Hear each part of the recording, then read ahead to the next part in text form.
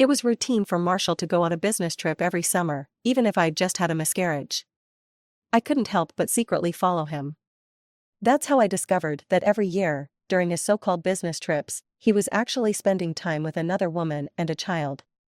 What's even more absurd is that his parents, friends, and colleagues all helped him cover up this lie.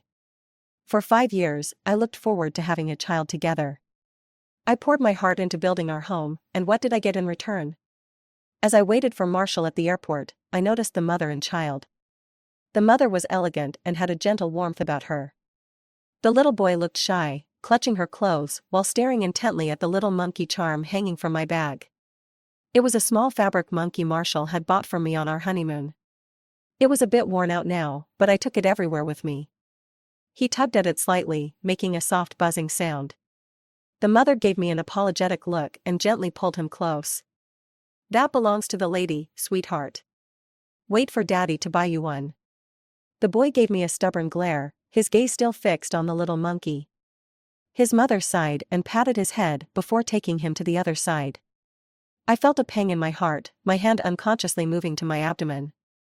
I was this close to becoming a mother. Just 2 weeks ago, an accidental fall had led to my miscarriage. Marshall and I had been married for 5 years, and we'd both been so excited about having a child. Every summer, he'd go on a month-long business trip, but I thought this year would be different. I had been counting on him to stay with me through this difficult time. But he only looked at me with a pained expression. "Camille, the tickets were booked over a month ago.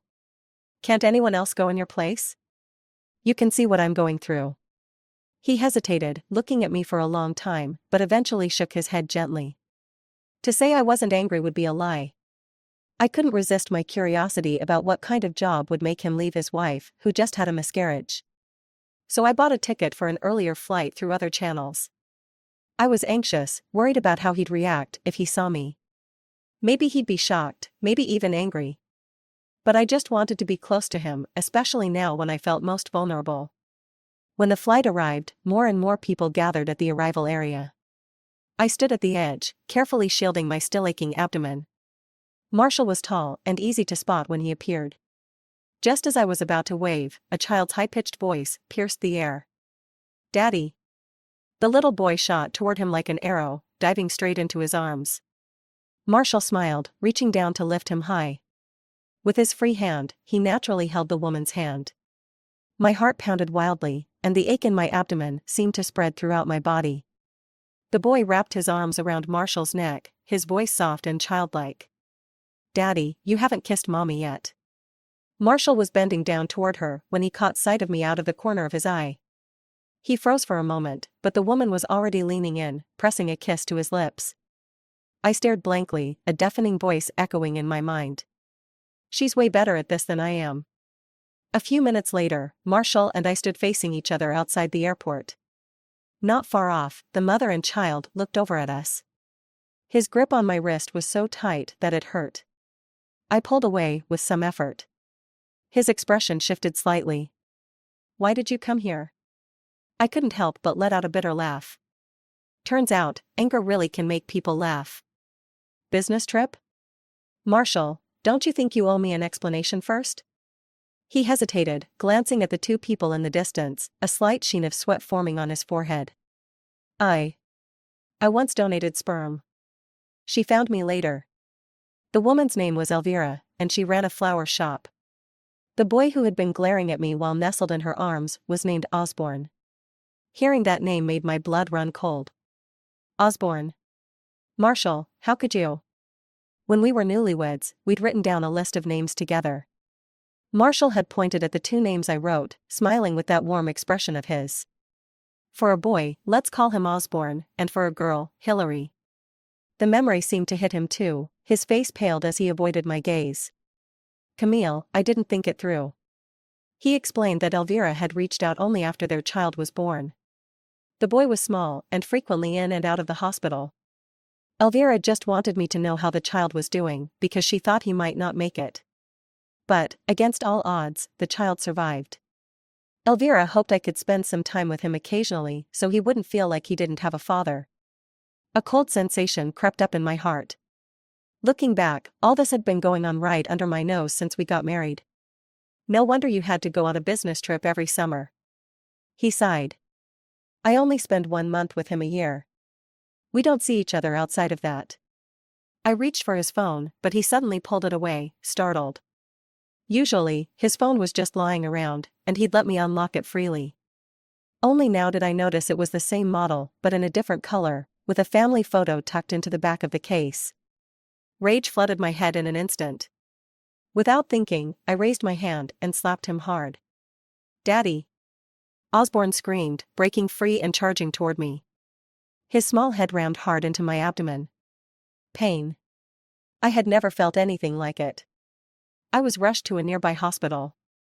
Throughout the examination, my forehead and back were drenched in sweat, and I had to grip my teeth as I clutched my abdomen. Marshall held a frantic Osborne, but he couldn't stop the boy's little feet from kicking at me. He was shouting incoherently. "Don't hit my daddy, you bad woman." He had been calling me that the entire way here. Everyone stared at me with strange looks, and Marshall didn't say a word in my defense. Elvira nervously picked up Osborne and took him outside. A few minutes later, she returned alone, having likely guessed who I was. But it was as if they'd already agreed, neither said a word about it in front of others. The doctor advised me to rest in bed and left, closing the door behind him. Marshall tried to help me up, but I coldly brushed his hand away. His face darkened immediately. He looked at Elvira. "Take Osborne home. I need to talk to her." Those few words made his stance clear. The last shred of hope I had for him shattered into pieces. Elvira wouldn't leave, though. She looked at me pitifully. "I know you can't accept this, but I didn't mean any harm. I just want Osborne to have a complete childhood. We've always agreed to tell him that Daddy works far away and can only visit during the summer." She was about to kneel. "Please, I'm begging you, don't tell him anything." The other patients and their families looked at us curiously, murmuring among themselves. Someone muttered, "The one in bed is the mistress? That's pretty bold." Marshall heard it but only frowned, not saying a word. Looking at Elvira's helpless appearance, I understood why everyone here was siding with her. At this point, I could only rely on myself. I sat up, prying her fingers off the bedsheet one by one. "I've been married to him for 5 years. How old is your son?" In an instant, every accusatory gaze in the room turned to Marshall. Elvira knelt beside the bed, trembling, not daring to lift her head. I pulled the 4 out of my hand and stood up, feeling a bit dizzy. It seems people only grow up in the face of utter despair. I never knew I could be this fierce. We've been married for 5 years, and you go on a month-long business trip every summer. Even this time, after my miscarriage, it didn't stop you from going on that so-called business trip. So, you've been hiding a son from me all this time, Marshall. How could I not have known you were so good at time management? And you?" I locked eyes with Elvira. "Choosing a sperm donor is one thing, but why did you come looking for him? You say you didn't want anything, but then you publicly kissed a married man?" My voice grew louder with every word. "Who knows what you two are doing when I'm not around? Camille, that's enough." I never expected the man I dated for 3 years and been married to for 5 would step in to defend someone else. "Elvira doesn't want to fight with you. We're only doing this for the child." I couldn't understand how he could shamelessly say such words. One arm shielding the woman behind him, he looked at me with a heartfelt expression. "It's only 1 month out of the year, the rest of my life is yours. When Osborne turns 18, we'll tell him the truth." Elvira's timid voice emerged behind him. "It's only for a month, and once the child grows up, he won't disturb you anymore. She used you, not you all." I could hear her careful intent hidden in her words. Suddenly, Osborne ran into the room, diving straight into Elvira's arms. He waved my cloth monkey in his hand, tauntingly shaking it at me. Marshall recognized it and reached out, frowning, trying to take it back. "That's Auntie's. Give it back to her, Osborne. Be good." I stood up, watching coldly as the child twisted around in her arms. "No need. Keep it. A kid who can't keep his hands off things like this probably needs more than just a mother to raise him." Marshall reached out to pull me back, but I brushed him off like he was a live wire. "Don't touch me. Stay far away when lightning strikes. There's no need to sneak around anymore. There's nothing left here worth fighting for." I walked out of the hospital room all the way to the street, with Marshall trailing me the whole time. I wanted to tell him to go away, but I didn't have the strength. Elvira chased after us, out of breath, with the child in her arms. Osborne was wailing. Marshall had taken the cloth monkey away from him. All the noise was driving me mad. Marshall, undeterred, kept trying to grab my wrist. In a trembling voice, he pleaded, "Camille, can we go back and talk this over?" I finally stopped, looking straight at him. "Besides me catching you in the act, who else knows about this?" He avoided my gaze, looking embarrassed and tense, but I already knew the answer. His parents knew. His friends knew. Maybe even some of his colleagues at the company knew. They covered for him every time he was on one of those business trips. It was pathetic. So, the company downturn and cancelled vacation time, those were all lies? Even the fact that your salary got cut by a third was fake? He suddenly looked impatient. "Camille, I've never denied you anything you've wanted, have I?" Of course. He had every right to feel so self-righteous. Even at my friends' gatherings, when someone joked about him not loving me enough. About not handing over his salary card. He always shrugged it off with, "I just don't want Camille worrying about finances." If he'd been honest from the start, would things have escalated like this? I took a few deep breaths to calm my chaotic mind. "I'll be in touch with a lawyer to draft the divorce papers soon." He looked at me in disbelief. "Over something so small?" "Camille, this child was from before we got married, and my feelings for you." I interrupted him, swallowing back the nausea rising within me. "Our income during marriage is joint property. Every cent you siphoned away, I'll take back." I said this while looking directly at Elvira. Her expression changed, but she forced a weak smile. "I'm not in it for the money. I haven't touched a single cent, I can return it all to him." I sneered. "You'd better." I took a flight back alone, having already contacted a lawyer before boarding. Marshall tried to follow me back, but Osborne clung to him, refusing to let go. The child cried until his face was red, coughing between breaths. The two of them panicked, patting his back and pinching his acupoints. Amid the chaos, I passed through security with a cold indifference. Before shutting off my phone, I called my former boss and asked if they were hiring. He was caught in the middle of rush hour traffic and shouted over the noise, "If you want to come back, you're always welcome." I felt a surge of gratitude, welling up as tears of appreciation. Half a year ago, on Marshall's advice, I resigned to focus on preparing for pregnancy. Then, half a month ago, I had a miscarriage, and I was plunged into an abyss of sorrow. That feeling of isolation and abandonment wrapped around me, lingering. And Marshall had remained composed through it all. It was as if the sorrow had nothing to do with him, as if the life we had long awaited wasn't gone. By the time the plane landed, it was the middle of the night. I dragged myself out, exhausted, and saw my best friend Kristen and her husband, red-eyed, waiting outside. Kristen rushed forward without a word, hugging me tightly. All the emotions I'd held back on the flight erupted as I cried uncontrollably on her shoulder. Kristen's husband, Reg, was both our friend and the lawyer I'd asked to help with the divorce. He was at a loss, explaining that he had known nothing of this. I believed him. Marshall wouldn't have dared let Kristen find out.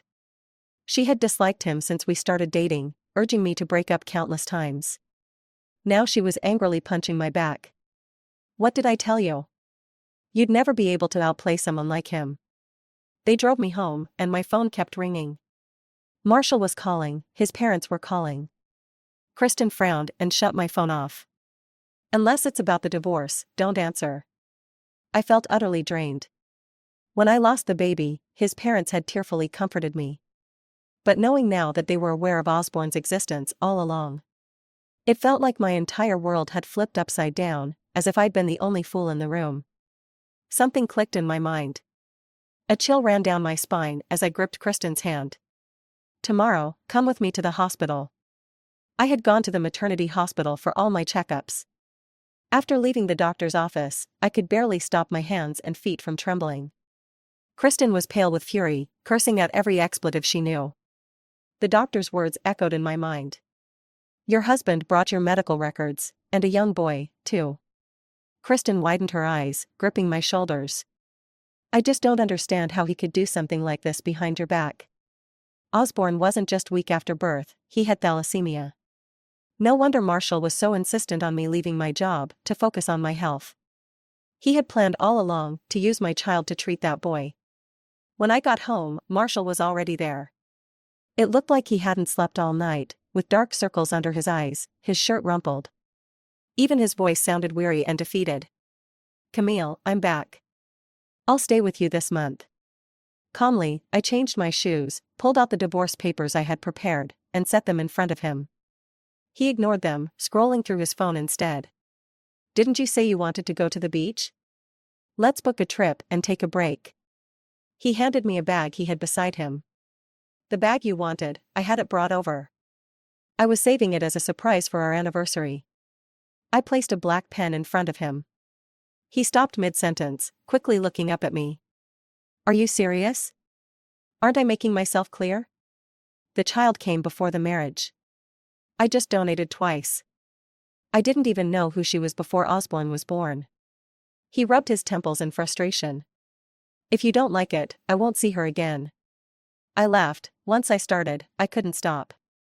I laughed so hard I doubled over, tears streaming down my face. "Marshall, when I was pregnant, you were hoping for my umbilical cord blood, weren't you? With it, you could save Osborne." His face turned ghostly pale, his gaze fixed on me. "Camille, you. How did I find out?" I asked the doctor. "She said you'd been inquiring, couldn't wait to get the answer." "If Osborne hadn't stabilized, would you have been crushed by my miscarriage?" I slowly took off my wedding ring and tossed it onto the table, where it rolled onto the floor. I was the only one waiting with my heart full of joy for our child to be born. "Marshall, you're not fit to be a father. If you have a shred of humanity left, sign the papers. Sharing a roof with you makes me sick." Marshall proactively reached out to Reg to modify our divorce agreement. He willingly gave up all marital assets, both the house and car are mine now. The agreement Reg brought back already had Marshall's signature. Reg told me, he regrets it. He feels he overcomplicated what should have been simple. I don't know the specifics of their conversation, but Reg mentioned that Marshall cried. He still wants to make things right with you. He's even willing to give up all his assets. Kristen spat, glaring at him, "Don't relay his messages, it's disgusting enough." Reg scratched his head, looking embarrassed. "I'm just passing along the message, I don't have a stance." The day after signing, Marshall moved out of the house. He sent me several messages as he was leaving. He first tried calling, but I declined the calls. "I know you don't want to see me right now. I've moved to a hotel near my office. Please stay at home and take care of yourself. Otherwise, I'll keep worrying." I didn't mean for things to happen that way. She brought up the cord blood, and I just casually asked the doctor. "Camille, like you, I've always looked forward to the child we dreamed of. That's never changed." I deleted each one, feeling insulted by their presence on my phone. News of our divorce spread quickly. His parents rushed over to my parents' house with bags of gifts, reportedly very apologetic. But my parents chased them off with a broom. When my dad called me afterward, he was still fuming. "They're old enough to know better. If they really wanted to help, they should have come to talk to you directly. Why come to us first?" My parents had always liked Marshall, saying he looked decent and was successful. But when it came to my divorce, they were unusually supportive of me. Especially after hearing about the cord blood incident, my dad went from calling him son-in-law to idiot. What I didn't expect was for Elvira to show up. That unruly boy, just like at the airport, charged straight at me, demanding harshly, "Where's my dad? Where did you hide him?" He threw a ragged stuffed monkey on the ground in front of me, stomping on it furiously. "Take it back. Who wants your stupid stuff?" Then he started pounding on my door, yelling, "Dad, come out. It's me, Osborne." I stared at Elvira with incredulity. Her face was flushed with embarrassment, but the resentment in her eyes was unmistakable. With one arm around Osborne, she muttered quietly, "The kid wants to see his dad." I had no choice. "He's not answering my calls anymore." I smiled and pulled out my phone. "Would you like me to call him for you?" She looked at me, hopeful. "If he'd come, that would be great. I just want him to talk to Osborne properly." My smile faded, leaving only a cold stare. And why should I? I have no obligation to get involved in your matters. The color drained from her face as she straightened up. Miss Camille, must you hold a grudge against a child? Her gaze drifted to my abdomen with a barely concealed malice. You almost became a mother yourself. Don't you understand a mother would do anything for her child? I looked at her, almost amused. Including using him as a bargaining chip, repeatedly destroying someone else's family? Elvira, I'm curious, why did you even decide to have him in the first place? Before he was born, you had no idea who his father was, did you? I stepped closer, watching her grow nervous and uneasy. Privacy policies prevent agencies from revealing personal information. So, how did you find Marshall? I had no intention of protecting Marshall's privacy, I was simply curious. Her face turned bright red as she covered Osborne's ears, mumbling. I just wanted him to be healthy. I never meant to hurt you. I thought back to the kiss she'd so confidently planted at the airport. And couldn't help but laugh as I crouched down, carefully smoothing the wrinkles on Osborne's clothes. Answer one question for me, and I'll tell you where your dad is. Osborne brushed his mom's hand away, asking in a muffled voice, really? I nodded. Tell me, where does your dad sleep when he visits you? Elvira tried to cover his mouth, but it was too late. Of course, he sleeps with my mom. I looked at Osborne, who was defiantly staring back, and hit the speakerphone button. Marshall's voice immediately came through, sounding frantic. Camille, let me explain. It's not what you think. Osborne, hearing his voice, tried to grab my phone, shouting. Dad, it's Osborne. Where are you, Dad? When he couldn't reach, he started kicking and hitting me in frustration. This time, I didn't indulge him. I grabbed him by the collar, pulling him back. What are you doing? Elvira quickly caught him, holding him close as she glared at me. I gave a mirthless laugh and spoke firmly into the phone. Come over here and get your son from my door. And one more thing, Marshall, if she ever comes to me again, I won't hesitate to let more people know about your child. I hung up and unlocked the door. Osborne kept screaming and crying as the door slammed shut, shutting them both out. Marshall didn't show up, his parents did instead. They knocked politely for a while, but I ignored them, focusing on cooking myself some noodles. I turned the TV volume all the way up, tuning out the noise outside. Eventually, the commotion died down.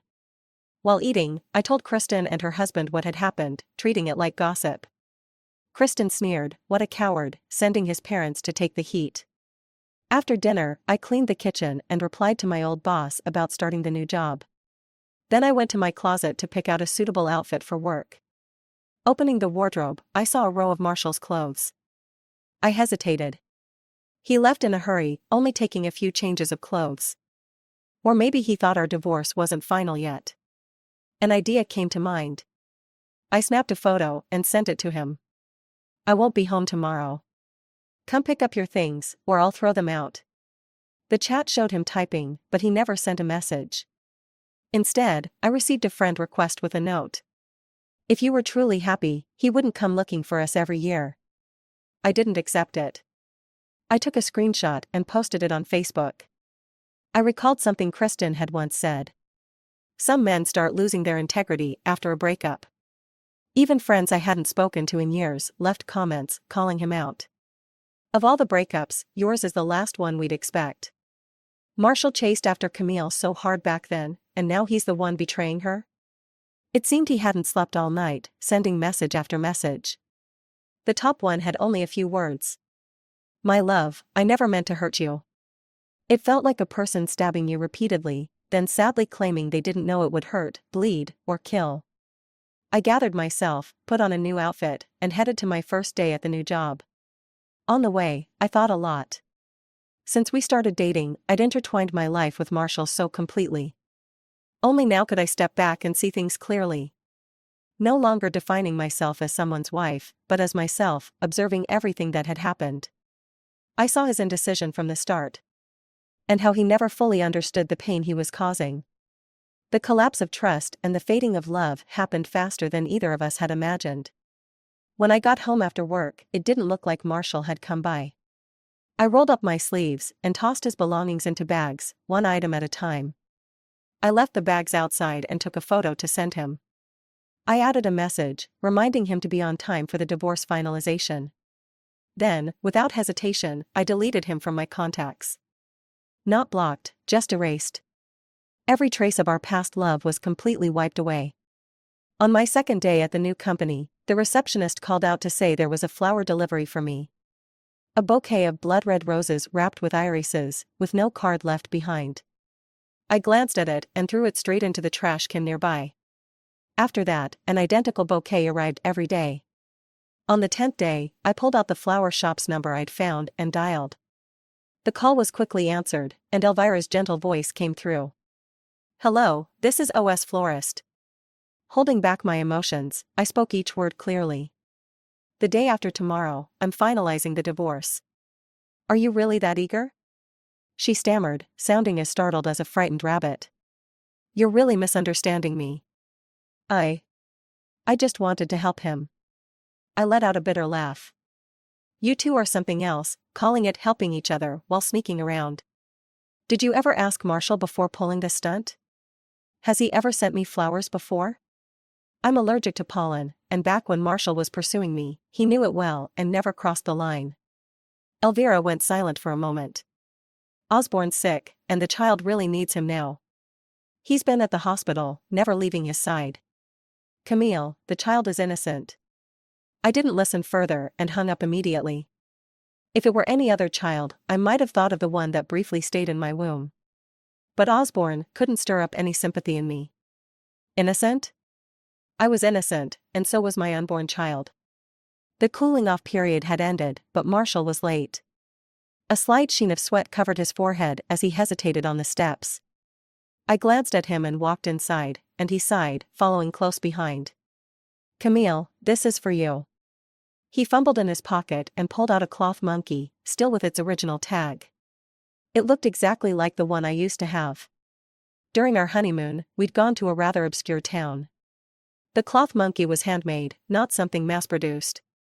He muttered, "I went all the way there." Luckily, the person was still around. His hand remained outstretched, his eyes full of longing as he stared at me. I pressed my lips together.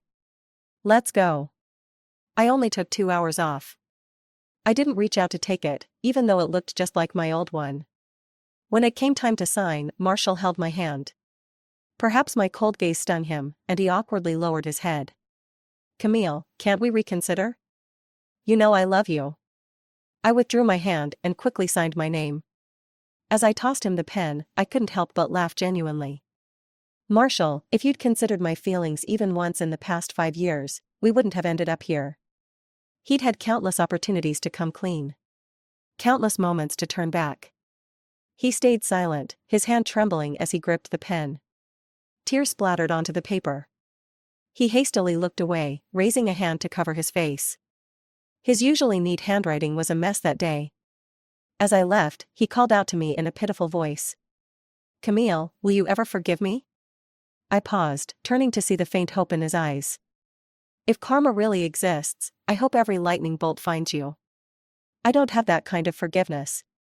I loved deeply and hated just as fiercely. If luck in love fails, maybe success in career compensates."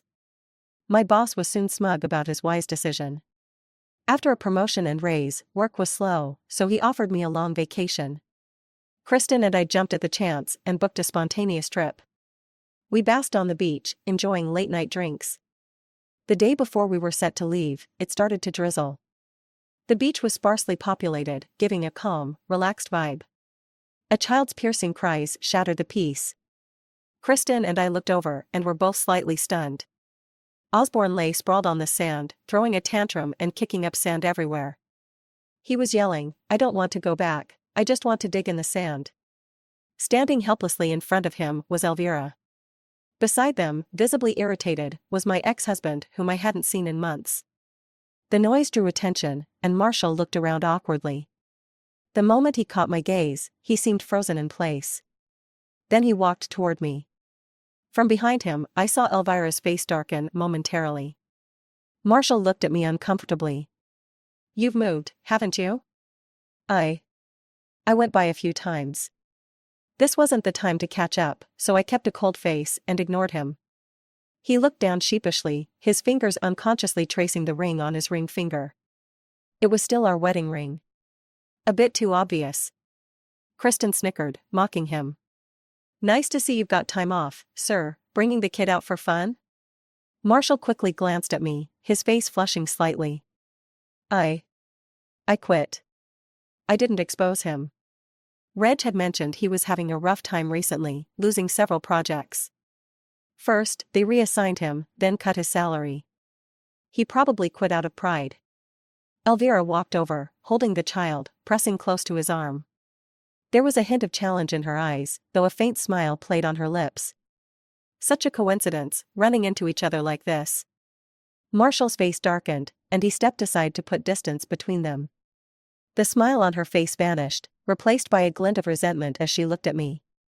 Osborne was yelling for Marshall to hold him, but he acted as if he didn't hear. The child furiously waved his hand at me. You're a bad woman. I smiled at him and said, word by word. Say it again, and the bad woman will tear your little mouth apart. He tried to speak, but Elvira quickly covered his mouth. Marshall looked utterly exhausted. You two go back first.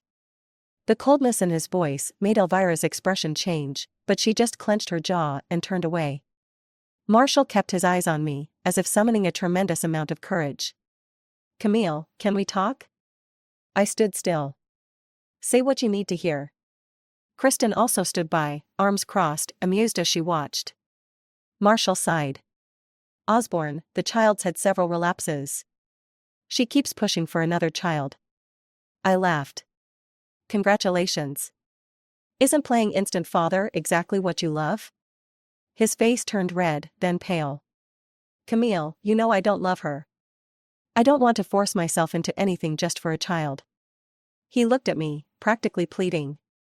Even if I was wrong, don't I deserve a second chance at happiness? I resisted the urge to respond harshly and just nodded indifferently. You still have a lot to learn about rising from failure and spilled milk. The light in his eyes dimmed, and he stammered. I miss what we had. Everything was moving toward what we wanted. Kristen cut off his reminiscing. You might want to check on your bargain bin son, he looks like he's in a fight. 2 kids were wrestling on the beach. Elvira kept shrieking, don't touch my son, he's sick. But it was Osborne, sitting on the other kid, pulling and biting. All because he wanted the toy in the other child's hand, he'd rushed over and pushed them down. Marshall awkwardly separated the two, apologizing repeatedly.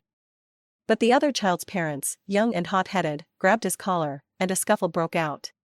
Kristen and I turned to leave. The rain intensified, and behind us, the shouting and screams grew louder. More and more people passed us, rushing toward the beach. Soaked, I went straight to shower when we got back to the hotel. My phone kept vibrating by the bedside. Kristen was video calling Reg, exchanging sweet words.